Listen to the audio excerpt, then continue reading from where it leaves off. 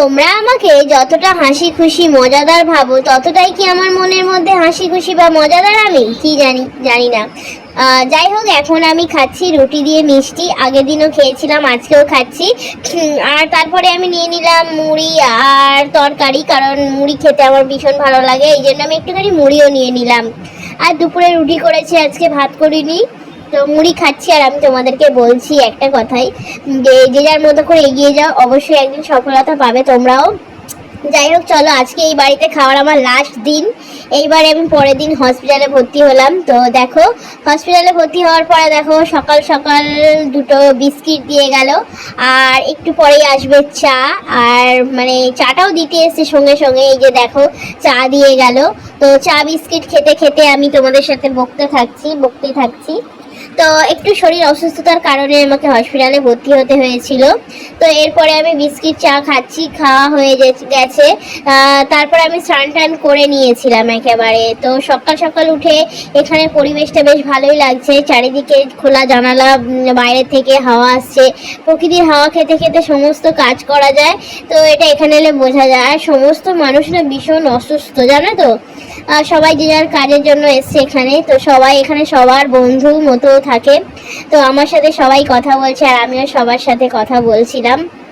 যাই হোক, এরপরে আমি চা খেতে খেতে ভাবলাম যে শুধু চা আর বিস্কিট খেয়ে কি হবে, একটুখানি মুড়ি আর চানাচুর খাই বলে মুড়ি আর চানাচুর ব্যাগ থেকে বার করে নিলাম।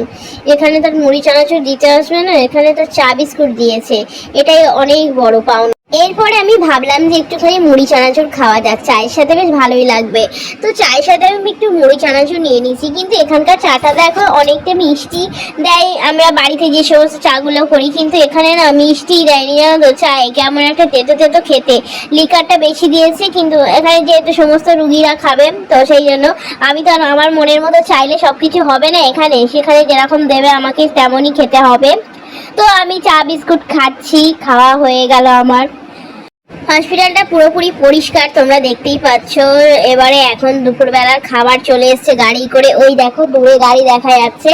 তো আমাকে তারপরে খাবারটা দিতে এলো। আজকে হচ্ছে ডিমের তরকারি, ভাত, ডাল, আর এটা হচ্ছে তোমার গাজরের একটা তরকারি দিয়ে গেছে, বুঝতে পেরেছো। বিছানার মধ্যে খেতে হচ্ছে, বিছানার মধ্যে শুতে হচ্ছে, মানে কি বিশ্রী ব্যাপার। এটা যদি বাড়িতে হতো তাহলে কেমন হতো বলো তো।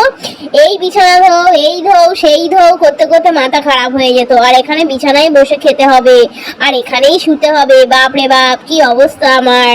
যে বাবারে, কারো যেন রোগ না হয় ভাই, কারো যেন রোগ না হয়। এই যে দেখো, এখন আমি কিন্তু খাবো, আর এই যে খাবারটা খেতে আমার ভীষণ কষ্ট হবে, কারণ তেমন তো টেস্টি খাবার নয়। যাই হোক, এই খাবারই আমাকে খেতে হবে। তো বাড়ি থেকে দাদা ভাই বলছিল আমার জন্য খাবার আনবে কিনা, আমি না আর আনতে হবে না, এখানে যা দেবে তাই খেয়ে নেবো, তোমাকে আর কষ্ট করে আসতে হবে না।